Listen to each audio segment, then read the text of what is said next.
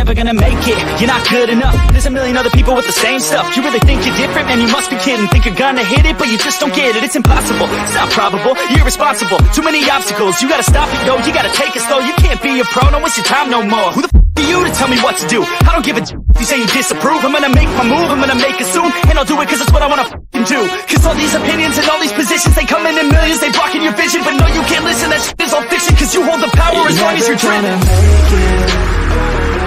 There's no way that you make it. And maybe you can fake it, but you're never gonna make it. Or will you fight?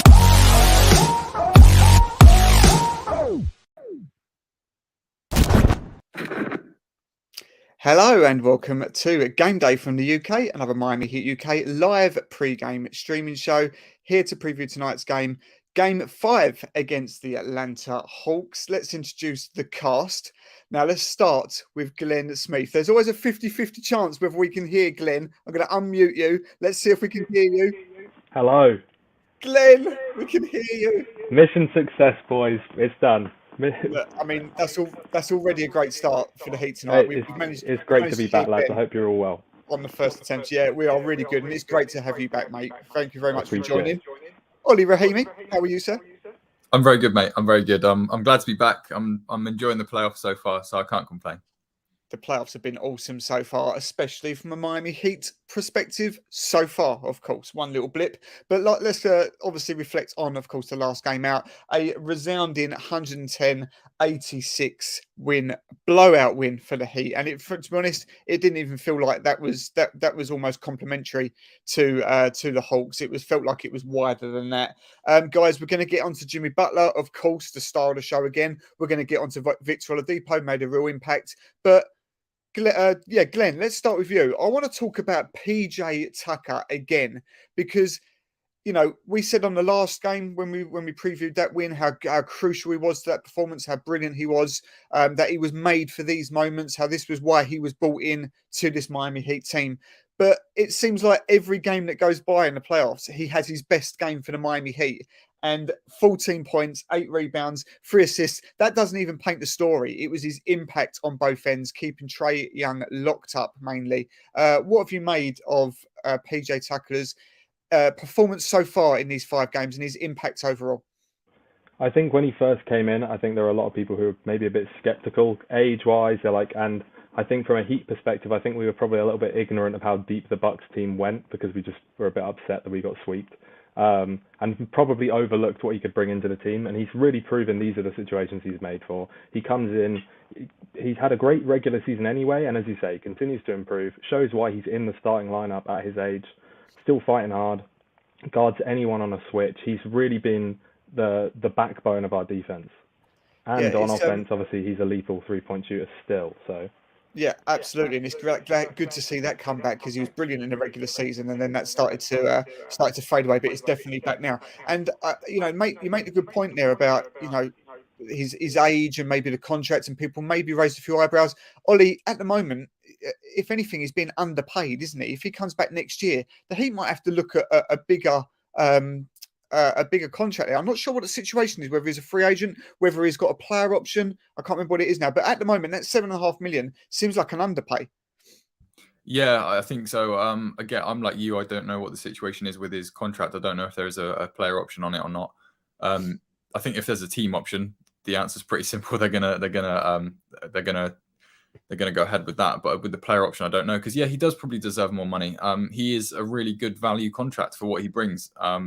And, as Glenn just said, him, Bam, and Jimmy defensively this series have been just incredible. And, he's 36, almost 37 years old, I think. And he's a bigger guy. He's not known as the most athletic or flexible guy, but he's been hounding Trae Young, who is one of the quickest ball handlers in the league on defense. And the way he moves his feet so quickly, the way he gets around guys, it's just unbelievable. And like you said, I think he's up there in terms of value. Around the league. I think a lot of the guys on the Heat team and the roster are up there because they find such good value in these undrafted guys, find minimum contracts and really cheap deals, and they get them to be so valuable. So, PJ definitely deserves more money than he's getting. Hopefully he'll be back again next year. Hopefully we can go back-to-back championships next year. But yeah, it remains to be seen. We'll just have to wait and see. But I'd love PJ to come back. He's just been everything and more that I thought he could possibly be. Yeah, I totally echo that. And we've got a team. Look, the players labelled this themselves as the kennel. And we've got players here: Jimmy Butler, Dwayne Dedman, Udonis Haslem, Cole Lowry, Bam. They're all players that will fit that bill. But no one really to me more than PJ, because I just think that it doesn't matter who he's up against. He's not a big guy. He's relatively small from NBA senses, and yet it doesn't matter who it is. We saw it last year when he came up against KD. He just hounds them. Nobody wants to play with him. He's been so effective and a major part of our success so far this season. And in these playoffs. So long may that continue. Love seeing him on the court. Let's get on then to obviously the star of the show so far, the star of the playoffs so far, Glenn. And that's Jimmy Butler. Another ridiculous performance, adding to his 45 in the last win, 36, 10 and 4 this time round. We're seeing Jimmy do everything, taking control, dictating the game, getting to the line, driving to the basket. He is unguardable. He's doing it ridiculously well at both ends as well. But most importantly, we've seen this before, but most importantly, the scoring is coming again. This is a guy that earlier on in the season says he doesn't need to be scoring 20 points, 25 points a game anymore. Others can do that. Well, we're proving that our wins are down to him being fundamentally a scorer, and they can't stop him, can they? He's fully gone back and unlocked that element of his bag that is the further out shots, the 3-point shots, the far deeper twos that on occasion he needs to throw up at the end of a quarter, end of a possession. He has been a backbone, and shout out to JJ Redick for realizing that today. I think we've all seen the clip of they just look bewildered, like, who are you talking about? You've missed out the big names. But again, and having seen what's just happened to the two teams that, as again we've all seen today, the Lakers and the Nets, who we told to shall we just skip there? Completely missing out what Jimmy Butler had done 2 years ago, writing him off just because of last season. It's fantastic to see that he's going, this is the playoffs, this is my time, this is where I shine, and I'm proving it right now. So long may it continue. Definitely, and you don't see anywhere it stops. I was listening to Five on the Floor earlier this morning, and Ethan summed it up quite well as he said, look, this series, and I know we're not trying not to get ahead of ourselves because there's still a game to be won yet tonight, but pretty confidently we could maybe say that he are going to progress, maybe even if it's not tonight. We're going to get one more win out of these next 3 games, we'd like to think. But Ethan summed it up quite well, Ollie, in saying this series was almost won on the 3rd minute of the first game when Jimmy got in Trey's face.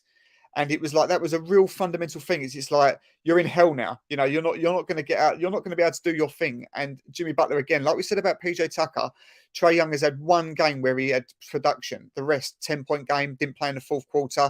Last time out, 9-point game on his own court. Jimmy has shut down Trae Young, hasn't he? Yeah, he hasn't even had 1 game. He had half a game of good production. Trey said the other day, this is the hardest and the toughest defense and the way that he's been guarded since he was in high school. Now, the NBA is obviously the elite level of basketball, and he's obviously faced some tough coverages in his few years in the league. But to have that sort of credit it just shows what Miami Heat basketball is all about. There is no easy game for anybody, no matter who you are, no matter what your style of play is.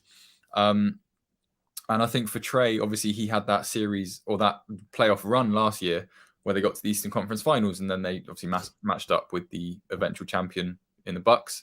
I don't think in that run that they really had any competition of the level of focus on him that he's getting now from Miami. Even in the Bucks series, I think the Bucks were kind of like, we'll just do our own thing. We'll just roll straight through them.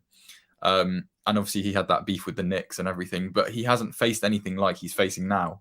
And he's crumbling, to be honest. He's a really good player. I really like him. I think he's got a good future because he is still so young, but he has not faced defense that has Kyle Lowry, Jimmy Butler, PJ Tucker, Bam Adebayo, and then bringing off the bench Gabe Vincent, Caleb Martin in spot minutes. And yeah, I mean, it's brilliant. I'm really enjoying it. He's struggling. We're doing great. And I think, as you mentioned, JJ Redick, pulling up Jimmy Butler and saying how good he's been. I think JJ also mentioned if Philadelphia are to get through their matchup with Toronto, which is looking less likely by the day, that James Harden is going to struggle against this Miami Heat defense because they just do well against him. And he's another one similar to Trae Young, really good offensive talent, but it's almost one-dimensional in a way. Like if he gets hot, if he gets going, then great, he can light up a team. But it's actually getting to that point that I think he struggles with. And Miami is so good at nullifying that threat and stopping those players from getting to that point in the first place. Yeah, well, I think that's been the key thing really to this series, and it's not a surprise. Is you know we know what we are offensively. We are still a top 10 rated defensive team, but it has tailed off at the season. But we know that defense wins games, and that's why this roster was put together. And we saw, as you just said there, with Jimmy and Bam and Tucker, and then we still got Kyle Lowry in this series, and we've still got Oladipo off the bench. So it just locks them down. They're in hell. And part of that, again, Glenn, I'll come on to Oladipo in a minute, but Bam Adebayo, who has struggled offensively, and that's quite clear. But defensively, he's still been ridiculous, hasn't he? It's just like, as you said, there's no way around this team. You just can't get around them because they just move their feet so quickly. And you can switch as much as you want. You can try and hunt the weak link, but you're not going to because these players are just too good. And Bam, for the heat that he's taken, maybe rightly so, because we do require his offensive punch, but defensively, just ridiculous. I think he just it's got in his head about not winning Defensive Player of the Year, coming in fourth, not even getting a medal per se. Yeah, I think he's frustrated by that, and maybe it's thrown off his offensive game. But if anything, it's sparked his defensive game to a whole nother level. As you say, each guy on those in 5 positions can guard anyone. I don't care if Kyle Lowry's on a 7-footer; he's still going to do a better job than most. So the switch rotation defense is there. It's fantastic. And in my personal opinion, I love seeing Max Strus in that lineup a little bit more than Duncan Robinson. I think, especially off the get-go, he just offers that extra push, extra quick step and communication to get the defense rolling from the off. Yeah, I think Max is just it's been a good switch. It's been an effective switch. I think that it just gives you that little bit more as a two-way player. Yeah, that's we'll obviously be continuing to roll with that. Just before we leave Bam, Ollie, do you think the offensive struggles, it's almost like you could see it in his body language last time out. It seemed like he was down about it. He needs that big game, 20 plus points. I know that's never really been massively part of his game. He doesn't often get 20 plus, but I think against this Hawks team, who was probably expected to dominate a bit more on that level, do you think that will come tonight? I'm not too sure because I think they've obviously got Clint Capella back now and John Collins. It's a little bit harder for him to dominate the paint because he is an undersized center, really. So I think it might be a little bit harder for him, but he's got the ability to do it. But I think we don't really need that from him right now. You've got Jimmy Butler playing in that way, in the way that he is at the moment. Then Bam's top tier ability is his defense. And if he can continue that and we can rely on our other stars to get the scoring, which Jimmy has been doing, I think we'll be okay, to be honest. I think with Bam, he doesn't even really need a 20, 25 point breakout game. He probably only needs like 2 or 3 shots consecutively to go down, or 2 or 3 possessions where he can feel dominance and he can assert himself. And I think that will spark it for him rather than having to go for 25 and have a really dominating game. I think he can ignite himself in just a couple of minutes. But as I said, I don't think we really need that from him. We've got the best defender in the league in him. I don't care what the voting says. There is no way that Bam Adebayo, if Kevin Durant goes for a one-legged 3, stands by him and goes, damn, like Marcus Smart did. That's not happening. Bam Adebayo is not allowing that shot. So yeah, he was robbed, but I think it's elevated his level of defense to the next level, and that's only good for Miami. Yeah, I think that that's a really sort of good way to put it, because you're right. We don't really need that offensive punch in this series. We've got enough with Jimmy doing that and more. But I think Twitter just sort of likes to focus on the negatives, even in big heat wins. We've blown out the Hawks twice, and yet people will look at Tyler Herro getting 3 points, Duncan Robinson not shooting well again, and then Bam Adebayo not dominating on the offensive end. It doesn't really matter as long as the wins come. Everyone's done their job. Everyone's in the plus, on the plus minus, and that's good. Let's get on to Oladipo, Glenn. Finally got his chance. Didn't look like he was going to, I thought, for a while. We've got Kyle Lowry obviously out injured. He's not going to be playing tonight. Don't expect to see Kyle Lowry back this series, and rightly so. Let him get that rest. Max Strus obviously in the lineup. We had Caleb Martin off him. Gabe Vincent's done brilliantly. But Oladipo did get his chance. And again, ignore the box score for a moment. the instant impact. I think he was plus 24 after 7 minutes or something like that. He made things happen. He was brilliant again on both ends. He facilitated. He was a dog defensively, and we want more of that, don't we? This is what he's been brought into this team to do. I thought it was a fantastic performance, and I think now, do we see him going forward? Do you think that that's him now for the maybe even looking at the rest of this series? But do you think through the playoffs now he has earned a spot in this rotation? I think he's had the spark that he needs. Again, as you say, the box score, if anyone woke up in the morning and hadn't seen any of it or was seeing the more detailed tweets and stuff that we all see about his box score, 8 rebounds, 4 assists and 6 points doesn't in 23 minutes doesn't look fantastic. It looks all right for a point guard nonetheless. But again, as you say, the impact that he has on that defensive spot, I think that's the spark we needed.